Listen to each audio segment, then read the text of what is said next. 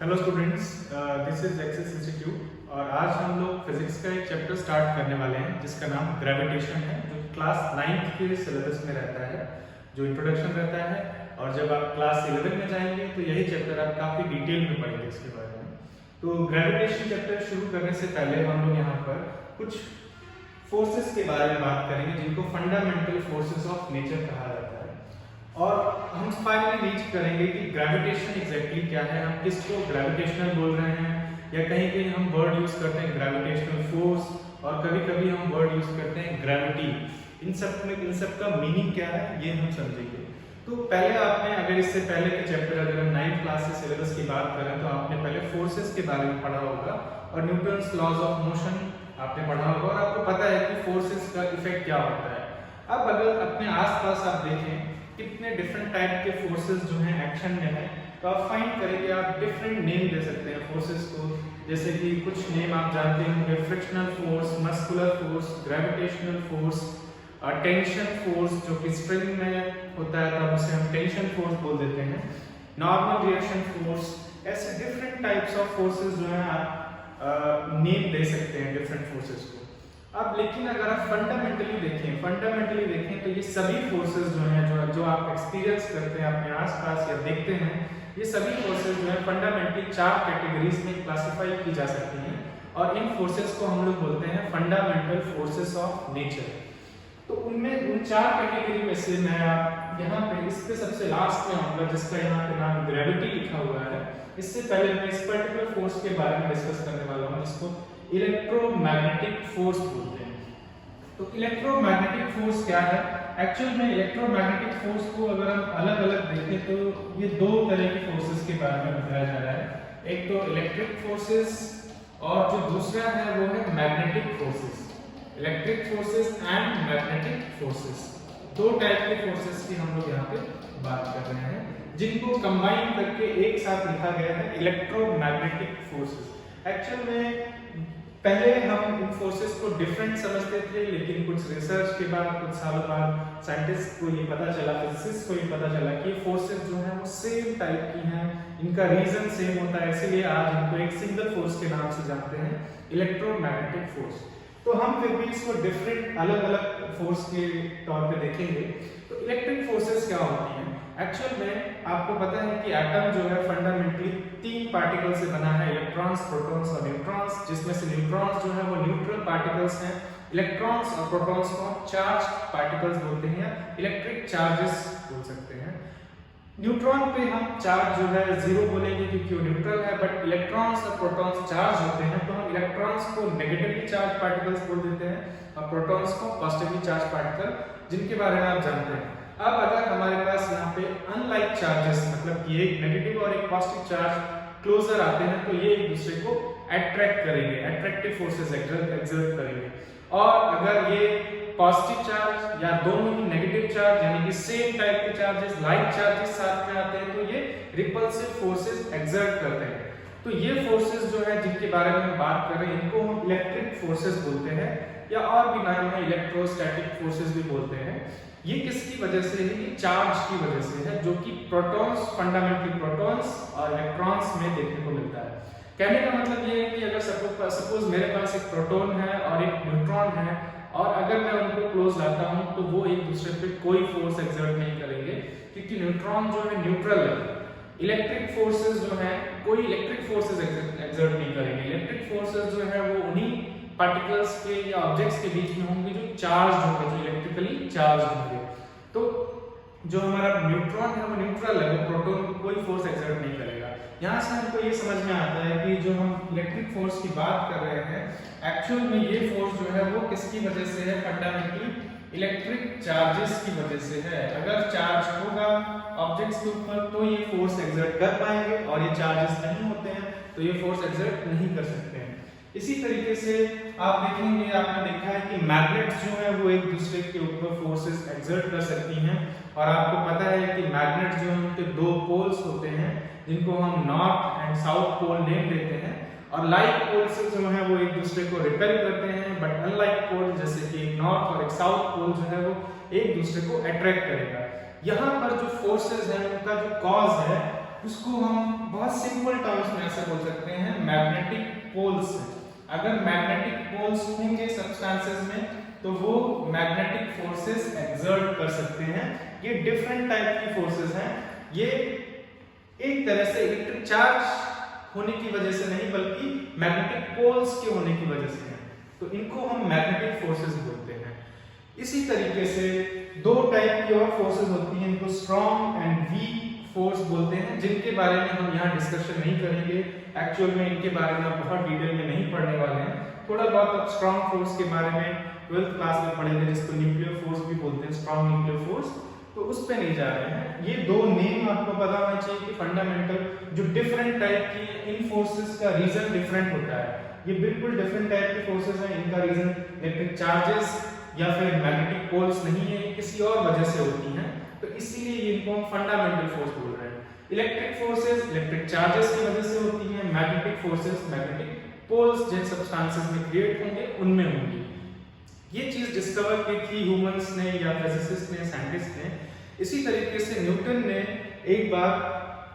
ने एक्चुअल में जो फोर्थ फंडामेंटल फोर्स जिसको हम बोलने वाले हैं, जो सबसे स्टार्टिंग में यहाँ लिखा हुआ है ग्रेविटी, या हम एग्जैक्टली बोले ग्रेविटेशनल फोर्स डिस्कवर किया था। एक डिफरेंट टाइप ऑफ फोर्स जो ना कि इलेक्ट्रिक चार्जेस की वजह से है, ना ही मैग्नेटिक पोल्स की वजह से है, और ना ही इसका स्ट्रॉन्ग और वीक फोर्स से कोई रिलेशन है। मैं एक बार और रिपीट करना चाहूंगा, आपको इन फोर्सेस के बारे में फिलहाल ज्यादा सोचने की जरूरत नहीं है, क्योंकि आप इनसे फेमिलियर थे, इसलिए मैंने आपको एग्जांपल्स के थ्रू समझाया कि कैसे ये दोनों फोर्सेस डिफरेंट हैं। इलेक्ट्रिक फोर्सेस का इफेक्ट आपने देखा है, मैग्नेट से आपने प्ले खेला है।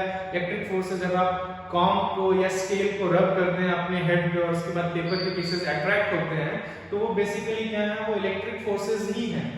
जब इसी तरीके से एक जो चौथी टाइप जो बिल्कुल डिफरेंट टाइप ऑफ फोर्स है जिसको हम ग्रेविटेशनल फोर्स बोलते हैं, इसका डिस्कवरी किया था न्यूटन ने। जैसा कि स्टोरी है कि न्यूटन ने देखा कि एप्पल जो है ट्री से फॉल कर रहा है, और सडनली न्यूटन के दिमाग में एक क्वेश्चन स्ट्राइक किया कि क्यों एप्पल डाउनवर्ड्स ही गिर रहा है, क्यों एप्पल अपनी जगह पे नहीं है या किसी और डायरेक्शन में जैसे कि अपवर्ड डायरेक्शन में क्यों नहीं जा रहा है।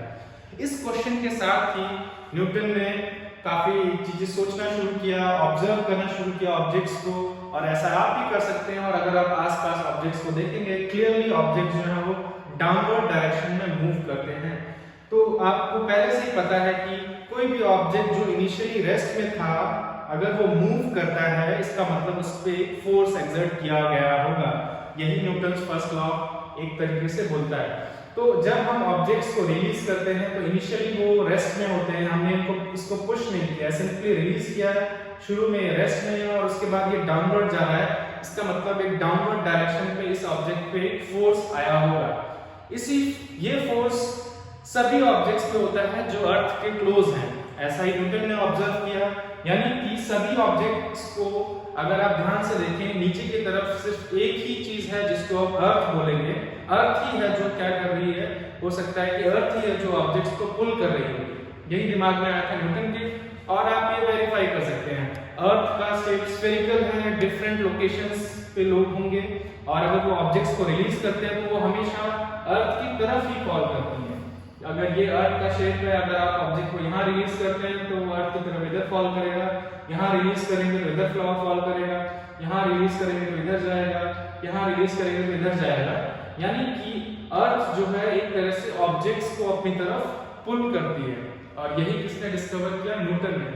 लेकिन न्यूटन ने सिर्फ यहीं पे नहीं रोका अपने इस डिस्कवरी को। न्यूटन ने फिर सोचा कि जो मून है वो अराउंड दी अर्थ रिवॉल्व करता है, शायद इसका रीजन भी यही रहेगा, क्योंकि अगर आपको किसी ऑब्जेक्ट को कर्व पाथ में घुमाना है तो आपको उसको पुल करके रखना पड़ेगा। जैसे कि सपोज आप क्या करते हैं, स्टोन पत्थर लेते हैं, उसको स्ट्रिंग से बांध के जब आप घुमाते हैं तो आपको नोटिस करना चाहिए अपने हैंड के मूवमेंट्स। आप फाइंड करेंगे स्टार्टिंग में तो आप उसको सिर्फ पुल करेंगे, बट पुश करेंगे घुमाने के लिए, बट उसके बाद आप उसको सेंटर की तरफ बेसिकली पुल कर रहे होंगे, इस तरह से कर्व पाथ में रखने के लिए। तो किसी भी ऑब्जेक्ट को कर्व पाथ में रखने के लिए फोर्स का रिक्वायरमेंट होता है। न्यूटन को पहले से पता था, न्यूटन्स लॉज से भी हम ये बात समझ सकते हैं। और मून क्योंकि कर्व पाथ पे था अराउंड द अर्थ, इसका मतलब ये है कि अर्थ भी जो है वो मून पे फोर्स एक्सर्ट फोर्स एक्सर्ट कर रहा होगा, और ये वही फोर्स होगी जो एक एप्पल में या किसी भी ऑब्जेक्ट में जो कि अर्थ के क्लोज है उस पे एक्ट कर रही है। तो न्यूटन ने इस फोर्स का नाम ग्रेविटेशनल फोर्स दिया, और इसके अलावा अगर हम इसको और आगे एक्सटेंड करें तो आप फाइंड करेंगे कि आपको ये पता ही है आज के सन के अराउंड प्लैनेट्स जो है वो ऑर्बिट में है, गॉड पाथ में है। इसका मतलब जो प्लैनेट्स हैं उनके ऊपर भी ये फोर्स लग रहा है, और सन ये फोर्स एक्सर्ट कर सकता है। तो सिर्फ अर्थ ही नहीं है जो ऑब्जेक्ट्स पे ये फोर्स एक्सर्ट कर सकती है, सन भी ये फोर्स एक्सर्ट कर सकता है। इसके अलावा आप बहुत लार्ज स्केल पे देखेंगे तो काफी सारे स्टार्स और स्टार सिस्टम्स हैं जहां पे और भी प्लैनेट्स हैं जो कि स्टार्स के अराउंड रिवॉल्व कर रहे हैं। इसका मतलब बहुत सारे स्टार्स भी ये फोर्स एक्सर्ट कर सकते हैं। काफी सारे प्लैनेट्स के अराउंड भी नेचुरल सैटेलाइट्स, जिसको हम मून बोलते हैं, हमारे अर्थ की जो नेचुरल सैटेलाइट है, इसी तरीके से जुपिटर, सैटर्न, इन सब के अराउंड भी ऑब्जेक्ट्स रिवॉल्व कर रहे हैं, और इसका मतलब ये प्लैनेट्स भी ये फोर्स एक्सर्ट कर सकते हैं। तो बाद में न्यूटन ने इतना सब कुछ सोचने के बाद और काफी सारे एनालिसिस के बाद इस चीज को जनरलाइज किया कि सभी ऑब्जेक्ट्स ये फोर्स एक्सर्ट कर सकते हैं। क्यों ऐसा होगा कि सिर्फ एक पर्टिकुलर प्लैनेट ही फोर्स एक्सर्ट कर सकता है या पर्टिकुलर स्टार ही एक्सर्ट कर सकता है, कि सभी ऑब्जेक्ट्स ये फोर्स एक्सर्ट कर सकते होंगे, ऐसा न्यूटन ने पॉइंट रखा। और फाइनली न्यूटन ने इस फोर्स को ग्रेविटेशनल फोर्स का नाम दिया, जो कि सारे ऑब्जेक्ट्स इस यूनिवर्स में जितने भी ऑब्जेक्ट्स हैं वो बाकी सभी ऑब्जेक्ट्स पे एक्सर्ट कर सकते हैं। अब यहाँ पर अगर हम इस फोर्स की बात करें तो आपके दिमाग में आ सकता है कहीं ये मैग्नेटिक फोर्स तो नहीं है, कहीं ये इलेक्ट्रिक फोर्स तो नहीं है। तो ऐसा जरूरी नहीं है, क्योंकि इस अर्थ एक चार्ज ऑब्जेक्ट जरूरी नहीं है कि नहीं हो, या फिर हम जो ऑब्जेक्ट्स रिलीज कर रहे हैं अर्थ की तरफ वो चार्ज नहीं है, वो तो न्यूट्रल है, इन पे नेट चार्ज 0 है। तो ये इन पे फोर्स कैसे आ सकता है? यानी कि ये चार्ज की वजह से नहीं होगा, ये मैग्नेटिक नहीं है सब्सटेंसेस, अगर ये मैग्नेटिक नहीं है तो इन पे मैग्नेटिक फोर्स भी नहीं आ सकता है। तो फिर ये डिफरेंट टाइप का फोर्स है जो कि ना तो चार्ज की वजह से है और ना ही मैग्नेटिक पोल्स की वजह से है।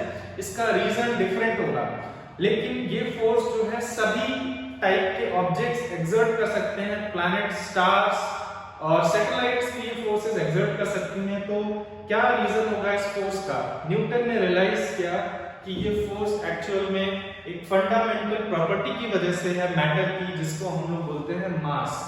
सभी ऑब्जेक्ट्स के पास मास है, चाहे वो स्टार हो या प्लैनेट हो या मून हो, सभी के पास मास है।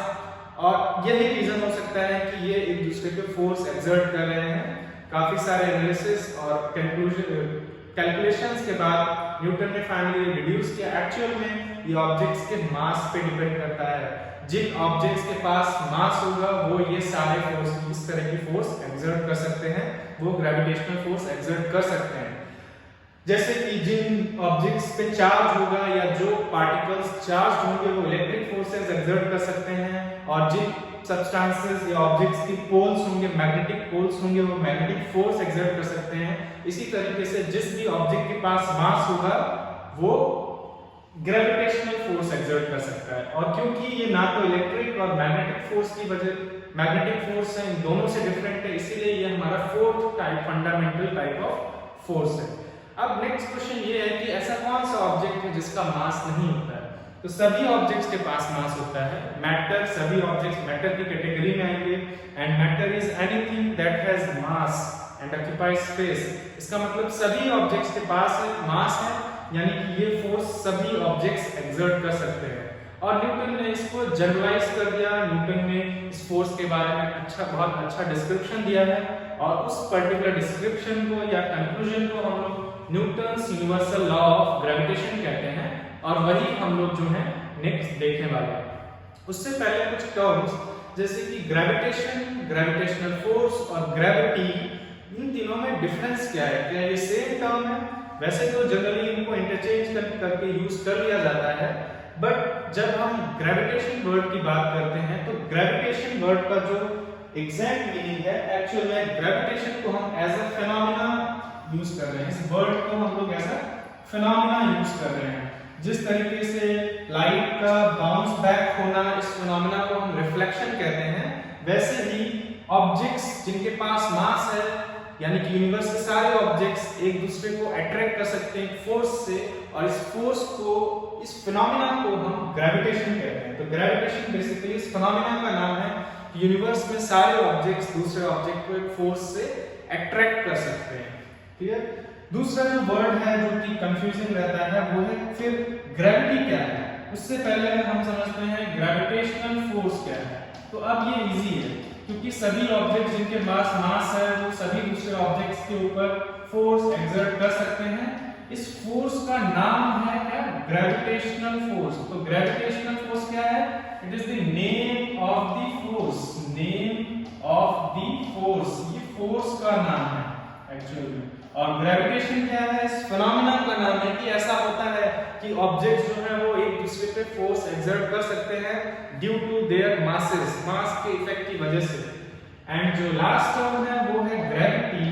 ग्रेविटी जो टर्म है एक्चुअल में अगर हम बहुत एग्जैक्ट सेंस में देखें तो ग्रेविटी जो है वो basically gravitational force of earth के लिए बोल दिया जाता है। अर्थ जो ऑब्जेक्ट्स पे ग्रेविटेशनल फोर्स एक्सर्ट करती है उसको हम ग्रेविटी बोल देते हैं। उस फोर्स के लिए सिंपल वर्ड जो है वो ग्रेविटी है। बट ये ध्यान रखेंगे, ये जो हमने मीनिंग देखे काफी एग्जैक्ट मीनिंग है वर्ड्स के, कभी कभी इनको इंटरचेंज करके यूज कर लिया जाता है। जैसे कि कभी कभी हम मून्स ग्रेविटी या जुपिटर्स ग्रेविटी ये वर्ड यूज कर लेते हैं, और इसका क्या मतलब है कि मून जो ग्रेविटेशनल फोर्स एक्सर्ट कर रहा है, या अर्थ जो जुपिटर जो ग्रेविटेशनल फोर्स एक्सर्ट कर रहा है। बट एग्जैक्ट सेंस में अगर हम सिंपली ग्रेविटी बोलते हैं, it is gravitational force of earth. So gravitation is the name of the phenomena, gravitational force is the name of this force, and gravity is the gravitational force of earth. That means the force exerted by earth on the objects near it. जैसे कि moon पे अर्थ जो force apply कर रहा है उसको हम gravity बोल सकते हैं। ये तीन टर्म्स हैं जिनमें कंफ्यूजन होता है और इनको इंटरचेंजेबली यूज भी किया जाता है। क्लियर मीनिंग इनका ये। आगे चलते हैं। तो न्यूटन ने जब फाइंड किया कि जो भी मासेस हैं वो एक दूसरे पे फोर्स एक्सर्ट कर सकते हैं, इस यूनिवर्स में इस फोर्स का नाम न्यूटन ने ग्रेविटेशनल फोर्स रखा।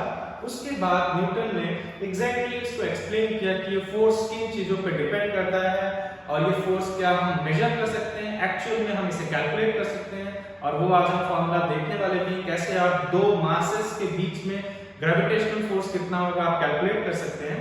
और न्यूटन ने ये जो रिलेशन है ग्रेविटेशनल फोर्स का मासेस पे और उनके बीच के डिस्टेंस पे, वो एक कंक्लूजन के फॉर्म में दिया जिसको हम Newton's universal law of gravitation कहते हैं। तो Newton's universal law of gravitation क्या है? Newton's universal law of gravitation जो है वो बेसिकली पहले तो डिस्क्राइब करता है इस फिनोमेना को, और फिनोमेना क्या है? Every object in the universe attracts every other object with a force.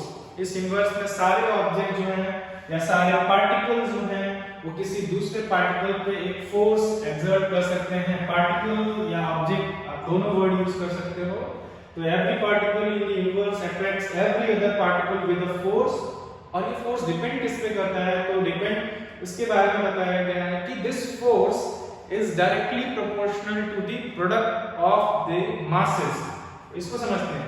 जैसे कि ये हमारे पास पहला ऑब्जेक्ट है, सपोज इसका मास m1 है, हमारे पास फर्स्ट जो ऑब्जेक्ट है इसका मास मान लेते हैं m1 है, और जो हमारा सेकंड ऑब्जेक्ट है इसका मास मान लेते हैं m2 है।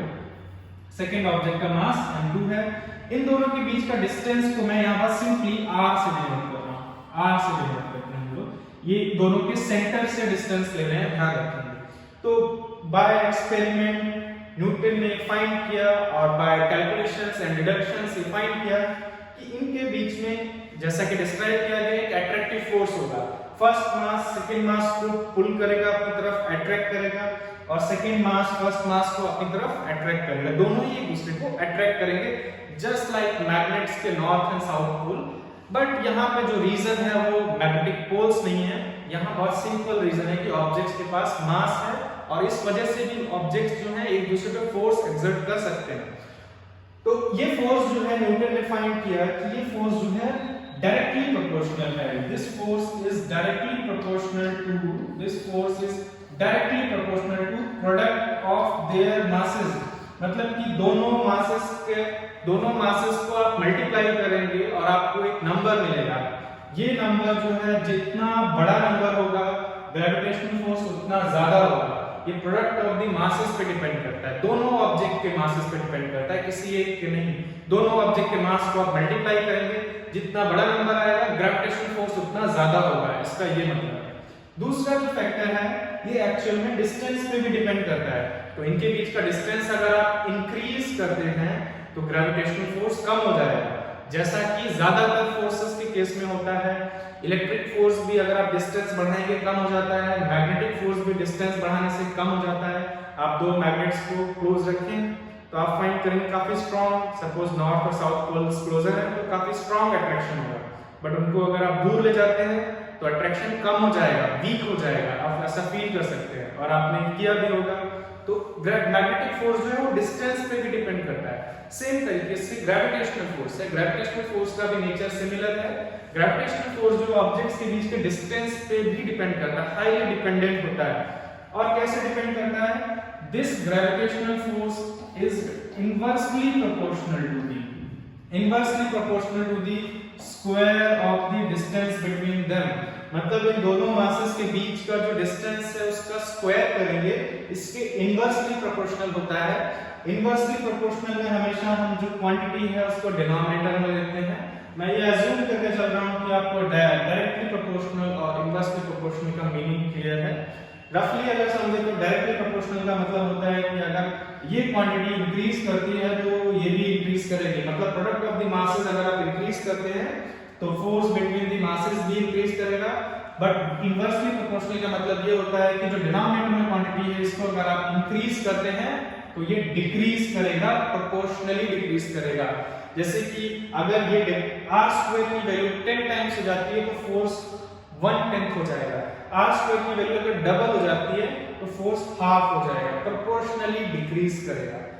ठीक है, इन दोनों को अगर ये न्यूटन ने बताया तो ये Newton's universal of gravitation mathematical form में है। Every object in the universe attracts every other object with a force which is directly proportional to the product of their masses and inversely proportional to the square of the distance between them। अब अगर आपको पता हो mathematically इन दोनों को combine करके हम ऐसे भी लिख सकते हैं F is directly proportional to m1 m2 by r²। इस तरीके से भी लिखा जा सकता है इसी चीज को कंबाइन करने के बाद, जो कि सेम चीज बता रहा है कि force is directly proportional to the product of their masses and inversely proportional to the square of the distance between them। फिर आपको ये पता होना चाहिए कि प्रोपोर्शनैलिटी डिफरेंट है इक्वालिटी से। यहाँ पे ये दोनों चीजें इक्वल नहीं होंगी, ये प्रोपोर्शनल है। तो अगर आपको प्रोपोर्शनैलिटी को इक्वालिटी में कन्वर्ट करना है तो हमेशा मल्टीप्लाई में प्रोपोर्शनैलिटी कांस्टेंट आता है, जिसकी वैल्यू एक्सपेरिमेंटली फाइंड की जाती है। और वो प्रोपोर्शनैलिटी कांस्टेंट जो है उसकी वैल्यू आती है यहाँ पे 6.67 into 10 to the power -11। Unit पे आऊंगा, मैं यूनिट पे आऊंगा। 6.67 10 to the power -11 ऐसा करता हूँ, यूनिट भी लिख देता हूँ। अगर आप यूनिट फाइंड करेंगे तो उसकी यूनिट आएगी न्यूटन मीटर स्क्वायर पर kg²। ये उस कांस्टेंट की वैल्यू है अगर आप यहाँ इक्वलिटी लगाते हैं। अब ये जो नंबर है एक्चुअल में इसको हमने एक सिंबल दिया है, काफी बड़ा सा नंबर है, लिखने में बड़ा है, एक्चुअल में वैल्यू काफी स्मॉल है। इसके लिए सिंबल है वो कैपिटल G है। तो इस प्रोपोर्शनैलिटी कांस्टेंट को हम लोग कैपिटल G से डिनोट करते हैं। इसलिए जैसे ही मैं इसको इक्वल में कन्वर्ट करता हूं यहाँ पे मुझे वो प्रोपोर्शनैलिटी कांस्टेंट लिखना होगा। तो फाइनली अब ये इक्वल है। तो फोर्स जो ग्रेविटेशनल फोर्स होगा इन दोनों मासेस के बीच में आप वो इस तरीके से कैलकुलेट कर सकते हैं। आपको सिर्फ राइट साइड की क्वांटिटीज को सॉल्व करना है, कैलकुलेट करना है, राइट साइड में कैलकुलेशंस करनी है। मतलब आपको g m1 m2 by r² का वैल्यू निकालना है, where g is equal to 6.67 into 10 to the power -11 newton metre square पर kg²। इसका ऐसा यूनिट है, ध्यान रखिए। यूनिट्स निकालना इजी है। अगर आपको g का यूनिट निकालना है तो आपको g को एक तरफ करना होगा, g इधर आ गया तो बाकी सारी चीजें एक तरफ ले जाओ, f into r² divided by m1 m2 आएगा, क्योंकि ये m1 m2 मल्टीप्लाई में इधर होके डिवाइड में जाएंगे।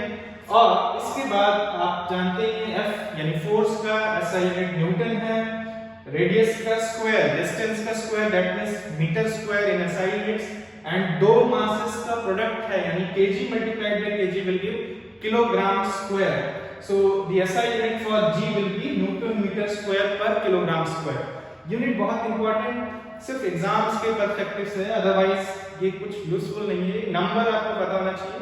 हाँ, एग्जाम्स में हो सकता है आपसे SI यूनिट्स पूछ सकता है, तो यूनिट का आपको नॉलेज होना चाहिए. अगर आपको याद नहीं रहता है आप ऐसे निकाल सकते हैं, उसको ज्यादा सोचने की जरूरत नहीं है. इस नंबर की वैल्यू कितनी है? इस कांस्टेंट की वैल्यू जो है वो 6.67 10 टू द पावर -11 है. बहुत अच्छी बात ये है कि कांस्टेंट एक्चुअल में परमानेंटली कांस्टेंट है, ये किसी चीज पे डिपेंड नहीं करता है. आप उन दोनों मासेस को कहीं पे भी ले जाएं, किसी भी कोने में ले जाएं, किसी भी यूनिवर्स के किसी भी लोकेशन में ले जाएं, या फिर आप किसी भी लिक्विड या सब्सटेंस के अंदर इन मासेस को रख दें, ये g का वैल्यू चेंज नहीं होता है. मतलब ये कभी नहीं चेंज होता है. इसीलिए इसका जो नाम है वो काफी स्पेशल है. g को हम लोग बोलते हैं यूनिवर्सल ग्रेविटेशनल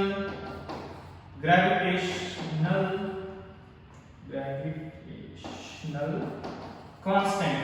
g को, कैपिटल G को हम लोग बोलते हैं यूनिवर्सल ग्रेविटेशनल कांस्टेंट, क्योंकि ये यूनिवर्सली कांस्टेंट है.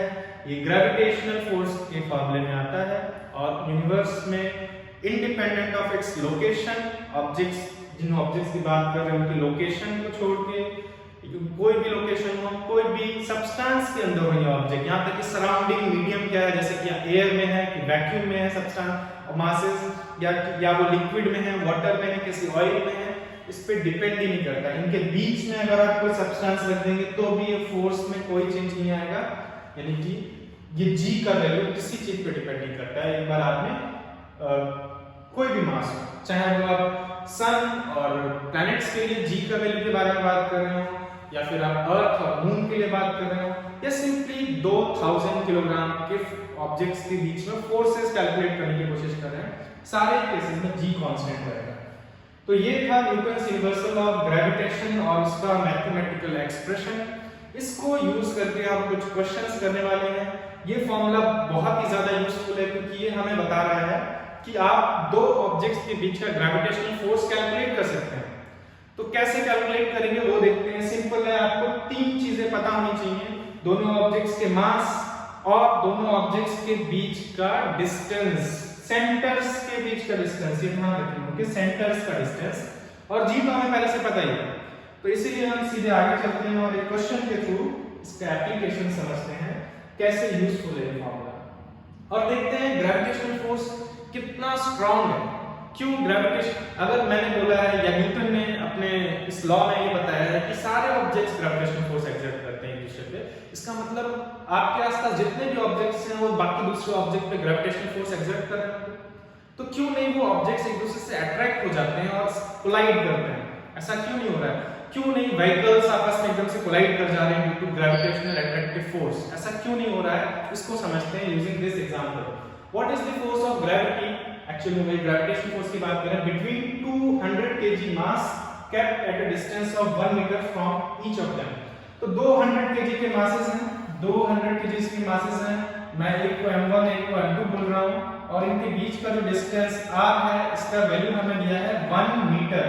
तो 200 kg के मासेस हैं, यानी कि मासेस की वैल्यू कितनी है? 100 kg ये भी है, 100 kg क्या है? ये भी है. ठीक है, और ये 1 मीटर के डिस्टेंस पे हैं. तो इनके बीच में ग्रेविटेशनल फोर्स कितना होगा ये हम फाइंड करने वाले हैं. इसको ऐसे अज्यूम करो, सपोज दो रेसलर्स हैं, एग्जैक्टली वैसा नहीं है, रफली हम समझ दो रेसलर्स हैं, अगर वो 1 मीटर के डिस्टेंस पे खड़े हैं तो उनके बीच में ग्रेविटेशनल फोर्स कितना होगा, ऐसा कुछ हम फाइंड करने की कोशिश कर रहे हैं. और देखते हैं, आपको पता ही है ग्रेविटेशनल फोर्स अगर बहुत ज्यादा होगा तो वो कोलाइड कर जाएंगे, बट ऐसा कुछ है नहीं. जैसे मैग्नेट्स को अगर आप क्लोज रखेंगे सडनली वो कोलाइड कर जाते हैं, क्योंकि मैग्नेटिक फोर्स काफी स्ट्रांग होता है. यहाँ तक इलेक्ट्रिक फोर्स भी काफी स्ट्रांग होते हैं, बट ग्रेविटेशनल फोर्स जो है वो मास पे हाईली डिपेंडेंट है. जब तक मास बहुत ज्यादा नहीं होगा तब तक आपको ग्रेविटेशनल फोर्स का इफेक्ट डायरेक्टली देखने को नहीं मिलेगा. जैसे कि अर्थ का मास बहुत ज्यादा है तो ग्रेविटेशनल फोर्स काफी स्ट्रांग इंटरेक्ट कर सकता है. प्लैनेट्स, स्टार्स, इन सब का मास काफी ज्यादा है, वहां पे आपको ग्रेविटेशनल फोर्स का इफेक्ट डायरेक्टली दिखाई देता है. बट इसका मतलब ये नहीं है कि ऑब्जेक्ट्स के बीच में, बाकी ऑब्जेक्ट्स के बीच में ग्रेविटेशनल फोर्स नहीं है, वो काफी वीक है. वो ऑब्जेक्ट्स कि फ्रिक्शन को ही ओवरकम नहीं कर पाता है और इसके अलावा एक ऑब्जेक्ट्स को अलग अलग डायरेक्शन से डिफरेंट ऑब्जेक्ट्स पुल कर रहे होंगे और बहुत वीक फोर्स है, नॉर्मली कैंसिल आउट हो जाता है। तो देखते हैं फोर्स कितना वीक है, ये समझने की कोशिश करते हैं। तो इस प्रॉब्लम को आप रफली फनी वे में ऐसा इमेजिन कर सकते हैं, सपोज दो रेसलर्स हैं, लगभग राउंड शेप के हैं और वो 1 मीटर के डिस्टेंस पे खड़े हैं और उनके बीच में ग्रेविटेशनल फोर्स कितना है ये हम फाइंड करने की कोशिश कर रहे हैं। तो ग्रेविटेशनल फोर्स फाइंड करने का एक सिंपल सा रिलेशन हमें Newton's universal law of gravitation से मिलता है। Gravitational force is equal to G(m1m2) by r²। ये है और बहुत सिंपल प्रॉब्लम है, बहुत सिंपल वैल्यूज भी लिए मैंने, जैसे कि हम क्योंकि यहाँ पे क्वेश्चन सॉल्व करने में फोकस करने की बजाय ज्यादा फोकस हमारा यहाँ पे है कि ग्रेविटेशनल फोर्स कितना स्ट्रांग होगा, इसका एक अंडरस्टैंडिंग हमको मिलेगी, या कितना वीक होगा। तो हम वैल्यूज पुट करते हैं। G का वैल्यू है 6.67 × 10⁻⁻11। m1 का वैल्यू अगर रखेंगे तो वो है 100 एंड देन m2 का वैल्यू अगर देखें तो वो भी है 100 डिवाइडेड बाय r² मतलब डिस्टेंस का स्क्वायर, दैट इज 1 का स्क्वायर। इसको कैलकुलेट करते हैं। 6.67 × 10⁻⁻11 100 × 10⁴ लिख सकता हूं मैं, आप समझ सकते हैं इसको 10⁴ लिखा जा सकता है। ये 1 का स्क्वायर 1 होगा, सॉल्व करने की जरूरत नहीं है। और अगर हम फर्दर इसको सॉल्व करते हैं तो ये आएगा 10⁻⁻7। याद रखना हम फोर्स कैलकुलेट कर रहे हैं तो न्यूटन आएगा यूनिट इसका। और इसको अगर इस रिजल्ट को हम थोड़ा अच्छे से तरीके से लिखें जो कि हमें थोड़ा और अच्छे से समझ में आए कितना है फोर्स, तो मैं इसको प्रॉपर तरीके से लिखता हूं। इसको पॉइंट में अगर लिखेंगे तो ये कुछ इस तरीके से आएगा 30 और देन 667 न्यूटन। ये है फोर्स का value between two objects which have mass of 100 kg and they are separated by a distance of 1 meter between their centers.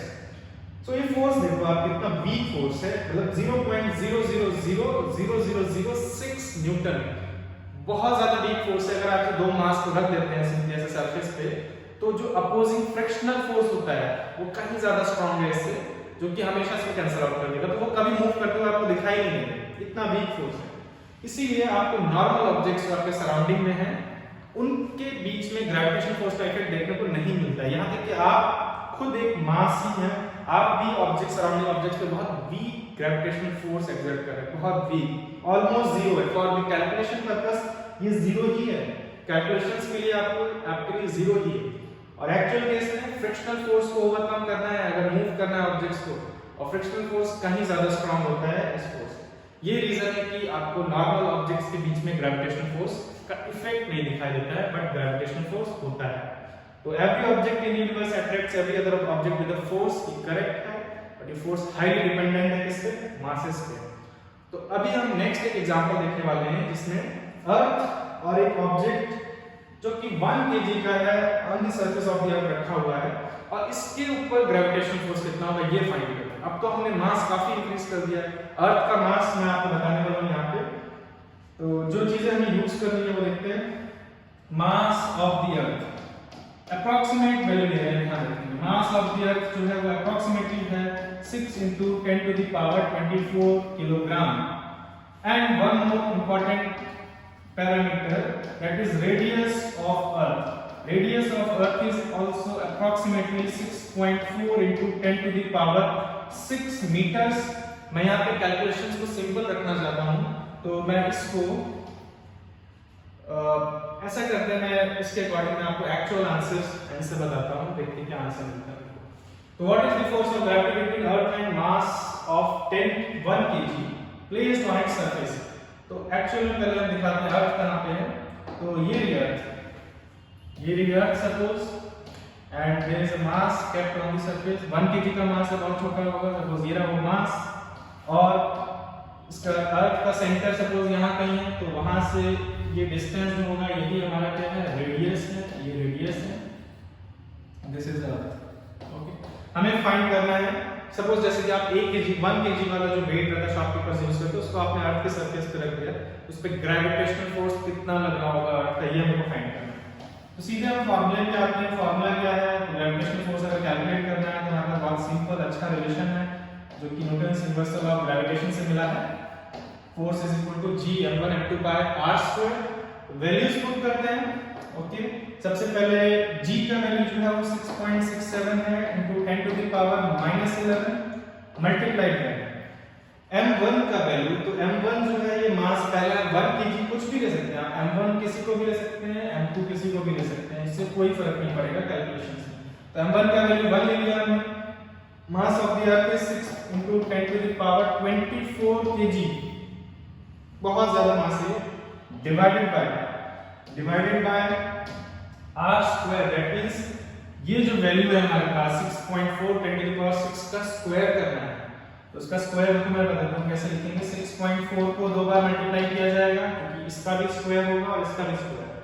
10 की पावर 6 का स्क्वायर मतलब 10 की पावर 12 हो जाएगा। इसको कैलकुलेट करना है।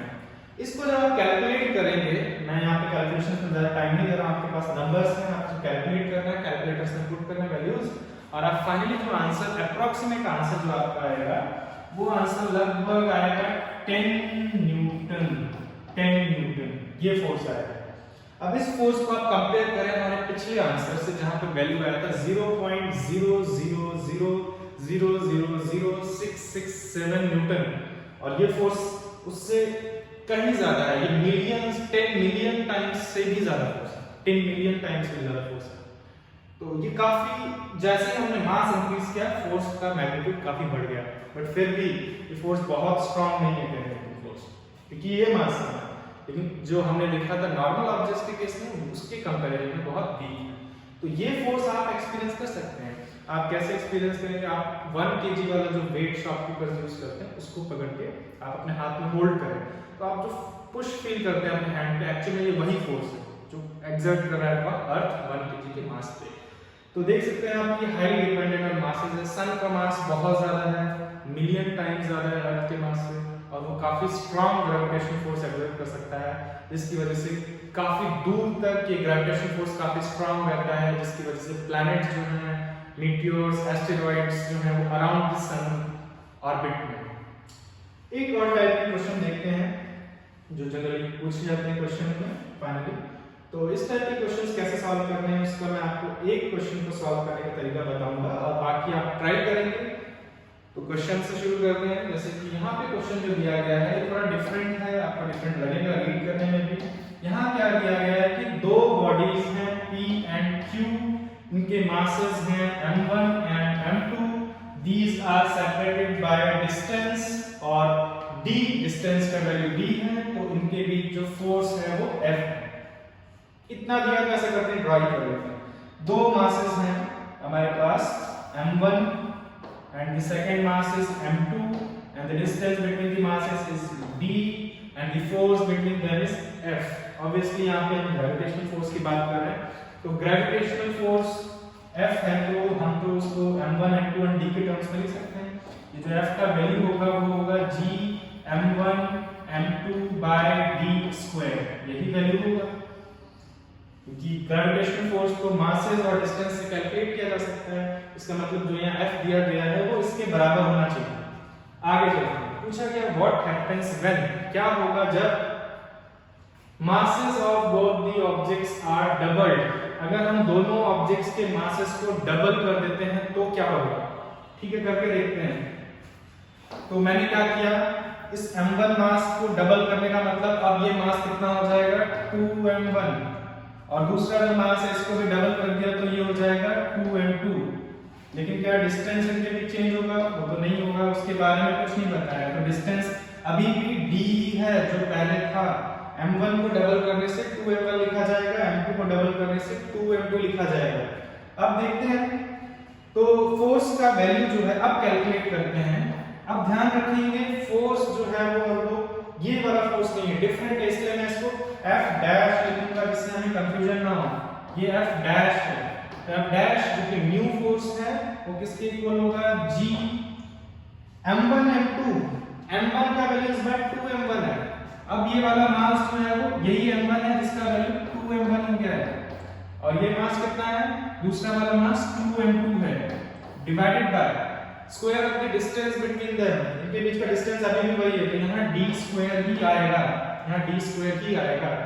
नेक्स्ट, अब हम लोग f डैश को फर्दर थोड़ा सा सिंपलीफाई करते हैं। ये 2 और ये 2 मल्टीप्लाई किए जा सकते हैं, दैट विल बी 4। इसके अलावा क्या बचेगा, g m1 m2 divided by distance का स्क्वायर d स्क्वायर। अब आपको अगर आप ध्यान से ऑब्जर्व करें जो हमें फाइनली एक्सप्रेशन मिला है, इसमें ये जो है gm1 m2 by d square, ये तो एक्चुअल में पहले जो फोर्स था वही फोर्स है जब मास डबल नहीं किए गए थे स्टार्टिंग में। ये तो f है, ये f है, तो इसको मैं f लिख सकता हूं। दैट मींस जो न्यू फोर्स है it will be equal to 4 times the force that was earlier between these two masses. इन दो मासेस के बीच में पहले जो फोर्स था उसका 4 टाइम्स हो गया। तो ये हमारा आंसर है कि अगर आप दोनों मासेस को डबल करते हैं तो उनके बीच फोर्स 4 टाइम्स हो जाएगा। दोनों मास को डबल किया है तो 4 टाइम्स हो जाएगा। इस तरीके से इस टाइप के आप क्वेश्चन सॉल्व करेंगे। तो ये मेथड है, अगर ऐसा क्वेश्चन आता है इस तरीके से आप प्रोसीड करेंगे। मैं आपको बी पार्ट भी सॉल्व करके बता ही देता हूं। बी पार्ट में क्या बोला गया है, distance between the two bodies is reduced to half. ये अलग है, इससे अलग है, ये हमने सॉल्व कर लिया है। बी पार्ट को ट्राई करते हैं। इस बार कुछ और चेंजेस हुए हैं, क्या हुआ है वो देखते हैं। इस बार दोनों मासेस के बीच का डिस्टेंस हाफ कर दिया गया है, लेकिन मासेस सेम है। तो मासेस सेम है तो इनको अभी भी हम m1 और m2 लिखेंगे, बट उनके बीच का डिस्टेंस हाफ कर दिया गया है, तो उसको हम लोग यहाँ पे d/2 लिख सकते हैं। हाफ का डिस्टेंस तो मैंने इसको d/2 लिख दिया है। अब कैलकुलेट करते हैं फोर्स। अब फोर्स कैलकुलेट करते हैं तो नई फोर्स है, यही पुरानी वाली फोर्स नहीं है, तो F डैश लिख रहा हूं equals to g। Mass m1 का वैल्यू अभी भी m1 ही है, m2 जो सेकंड मास है अभी भी m2 है, डिवाइडेड बाय, यहां पे आपको ध्यान रखना है, यहां बहुत लोग मिस्टेक करते हैं, आपको उनके बीच के डिस्टेंस का स्क्वायर करना है। इनके बीच का डिस्टेंस पहले d था, उसका स्क्वायर हुआ, अब डिस्टेंस d/2 है, तो यहां जब आप स्क्वायर करेंगे तो आप d/2 का स्क्वायर करेंगे, ध्यान रखेंगे। कुछ लोग सिर्फ d का स्क्वायर करेंगे।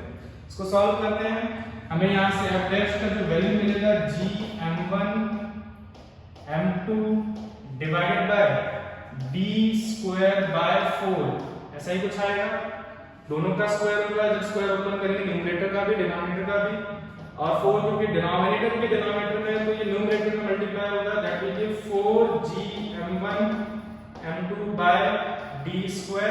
फिर से ये gm1 m2 d² जो हमें मिला है, ये तो पहले वाला फोर्स था, यानी कि इसको हम लोग लिख सकते हैं कि f dash that is the new force when the distance has been half it is equal to 4 times the old force, जो पहले फोर्स थी, earlier force।